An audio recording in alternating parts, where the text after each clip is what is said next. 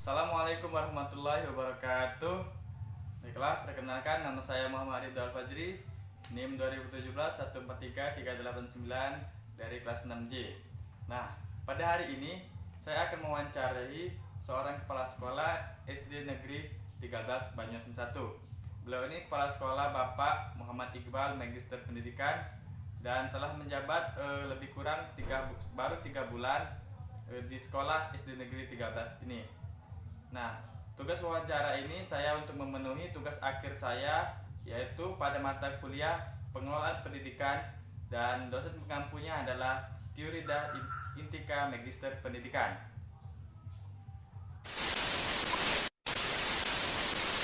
Assalamualaikum warahmatullahi wabarakatuh. Saya Muhammad Ridho Fajri dari Universitas PGRI Palembang, jurusan PGSD. Di sini kita telah bersama narasumber kita yang akan diwawancarai. Dan Ibu silakan memperkenalkan diri terlebih dahulu. Nama saya Surya. Jabatan saya sebagai Kepala Sekolah SDN 13 Banyuasin 1. Oke, Ibu ini adalah bernama Surya, Magister Pendidikan, yang menjabat sebagai kepala sekolah di SD Negeri 13 Banyuasin 1. Ibu, saya ingin izin untuk mewawancarai Ibu beberapa pertanyaan, apakah boleh? Boleh. Nah, baiklah Ibu, untuk mempersingkat waktu, kita mulai ya pertanyaan. Untuk yang pertanyaan pertama, menurut Ibu, apa saja faktor penentu keberhasilan pengelolaan satuan pendidikan, khususnya di pendidikan sekolah dasar? Faktor penentu keberhasilan pengelolaan satuan pendidikan yaitu kekompakan dalam bekerja sama, mulai dari kepemimpinan kepala sekolah, guru, siswa, komite sekolah, serta semua yang ada di ruang lingkup sekolah tersebut. Oh, berarti Dan faktor penentunya yaitu kekompakan ya Bu? iya, Selain kekompakan, apakah ada lagi Bu? ada. Dan juga sarana prasarana, karena sarana dan prasarana menjadi salah satu kunci keberhasilan, seperti kelas yang memadai, perpustakaan, serta media untuk belajar siswa di sekolah tersebut. Ya. Nah, jadi hanya itu ya Bu? Iya, Jadi faktor keberhasilan pengelolaan satu sistem pendidikan yaitu sama kerjasama iya, antara tenaga pendidik di sekolah tersebut dan juga sarana dan prasarana. iya. Ya, baiklah. Untuk pertanyaan kedua ya Bu, menurut Ibu, apakah ada pengaruh kepemimpinan kepala sekolah terhadap kinerja guru dalam suatu sekolah, terutama tempat Ibu bekerja sekarang? Ada pengaruh kepemimpinan kepala sekolah terhadap kinerja guru, pastinya ada, karena kepala sekolah berperan sebagai pemimpin dalam sekolah serta inovator, motivator, dan supervisor. Kepala sekolah berperan dalam segala aspek yang ada di sekolah, baik itu upaya membantu mengembangkan profesionalitas guru dan tenaga kependidikan lainnya, maupun mengkoordinir keaktifan cara belajar siswa. Oh iya. Jadi pengaruh kepemimpinan kepala sekolah terhadap kinerja guru pastinya ada ya Bu, karena kepala sekolah sebagai pimpinan teratas di suatu sekolah tersebut dan juga berperan sebagai mengembangkan profesionalitas guru dan siswa dalam keaktifan belajar. Ya, betul. Lanjut pertanyaan yang ketiga, apakah selama ini supervisi pendidikan di Indonesia memberikan dampak yang signifikan untuk meningkatkan mutu sekolah atau pendidikan? Saya rasa cukup signifikan, karena dengan supervisi ini guru bisa mengembangkan kemampuannya mengelola proses pembelajaran untuk mencapai tujuan pembelajaran, pengembangan potensi siswa di sekolah. Jadi supervisi ini signifikan ya Bu, Ya, dalam proses pembelajaran baik itu untuk guru maupun siswa. Ya, baik, sangat perlu. sangat perlu. Baik, lanjut ke pertanyaan yang keempat. Bagaimana menurut pendapat Ibu, apakah sistem informasi pendidikan ini sangat berguna pada saat sekarang ini, yaitu pada saat COVID karena sekolah-sekolah diliburkan? Ya, sangat berguna sekali. Terlebih pada saat sekarang ini, yaitu pandemi COVID-19, yang mana untuk kegiatan tatap muka diminimalisir sedikit mungkin. Jadi sistem informasi sangat diperlukan dalam perkembangan siswa belajar di rumah. Dan sekarang ini setiap guru kelas membuat grup WhatsApp untuk memudahkan belajar secara online. Jadi sistem informasi itu sangat penting ya, Ya, sangat perlu khususnya saat ini karena pelajaran itu dilakukan secara online dan menggunakan WhatsApp. Ya Bu, baiklah. Lanjut pertanyaan yang kelima ya Bu. Apa pendapat Ibu mengenai kurikulum saat ini tentang kurikulum Merdeka Belajar? Apakah kurikulum tersebut akan efektif jika diterapkan di sekolah, khususnya sekolah dasar? sangat efektif. Konsep kurikulum Merdeka Belajar tersebut bisa membuat guru fokus mengembangkan potensi siswa dan terhindar dari berbagai tekanan, mulai dari tekanan administrasi, penguasaan bahan ajar yang terlalu banyak, dan tekanan kebijakan lainnya. Jadi kalau menurut saya akan efektif jika diterapkan di sekolah dasar. Jadi kurikulum Merdeka ini cukup efektif ya Bu jika Ya, dilaksanakan pada sekolah dasar, karena tekanan-tekanan seperti administrasi atau tekanan bahan ajar penugasan yang lainnya itu menjadi sedikit ya, dan membuat guru menjadi lebih fokus untuk mengajarkan siswa. Oke Bu. Dan untuk pertanyaan yang keenam Bu, di dalam pengelolaan peserta didik ada tahap seleksi peserta didik. Nah, dan apa saja sih syarat untuk menentukan peserta didik akan diterima atau tidak, dan bagaimana proses rekrutmen seleksi siswa baru di sekolah Ibu? di dalam penerimaan peserta didik, yang pertama kita harus melihat umur. Apabila anak itu sudah 7 tahun, maka itu diwajibkan harus sekolah. Ada juga yang baru 6 tahun. Yang 6 tahun itu kita harus bisa diterima. Nah, ada juga yang di bawah dari 6 tahun. Apabila umur itu di bawah 6 tahun, maka harus ada apa namanya?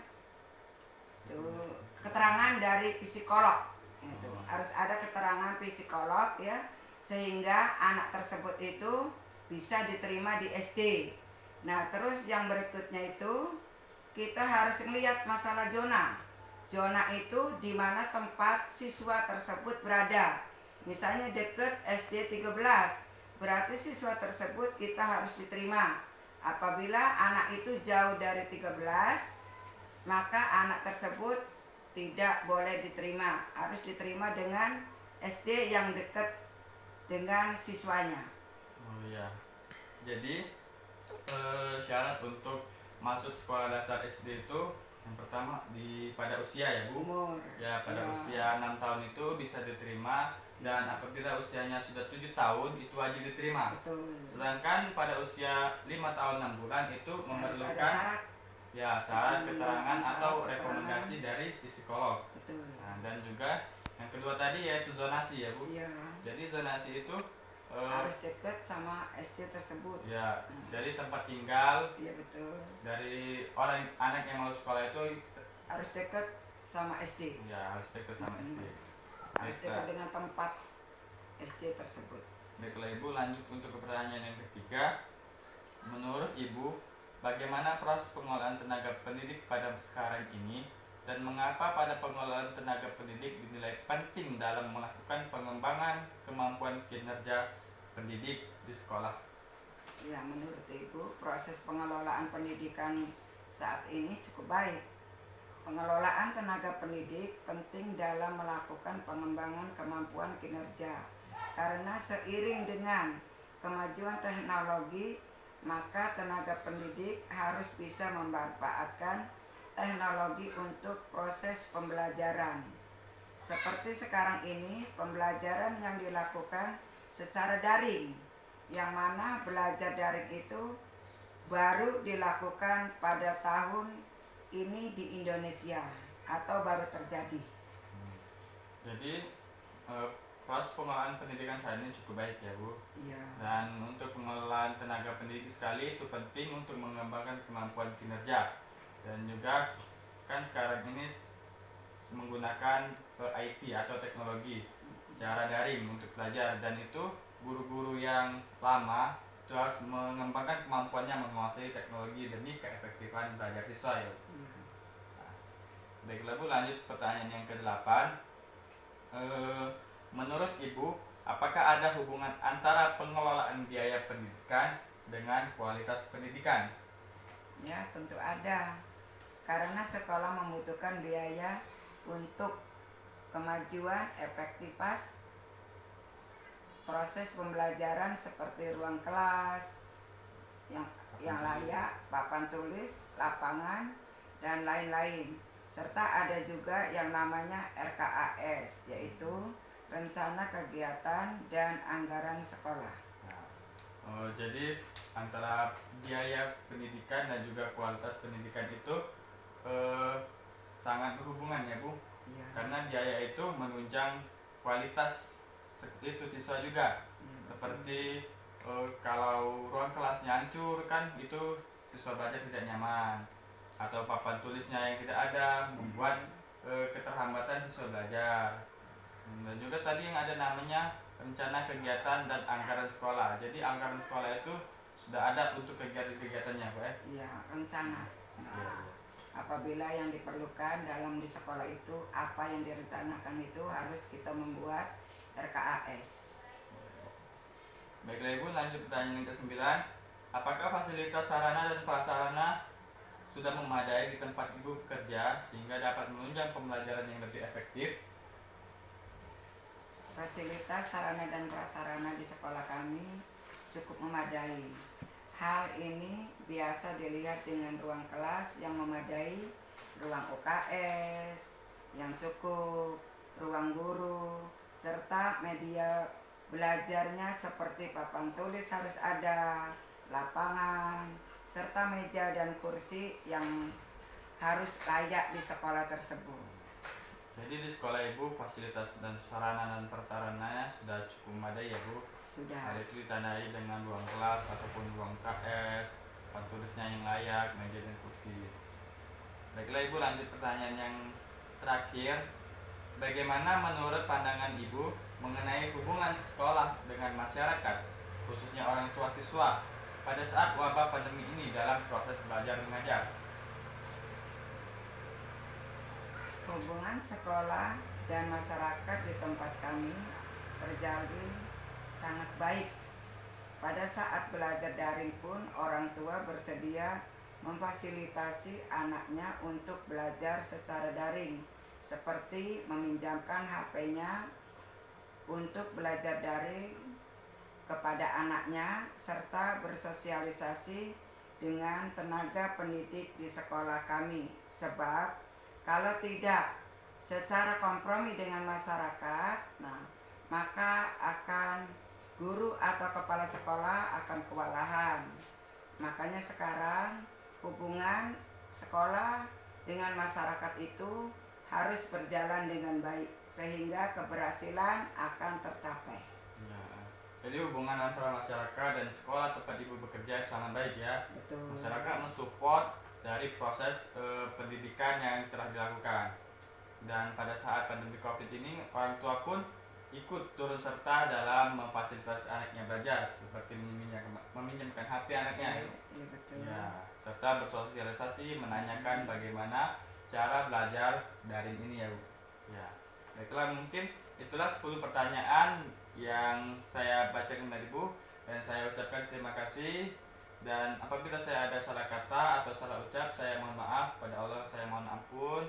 Dan akhirul kalam, assalamualaikum warahmatullahi wabarakatuh. Waalaikumsalam warahmatullahi wabarakatuh. Peace.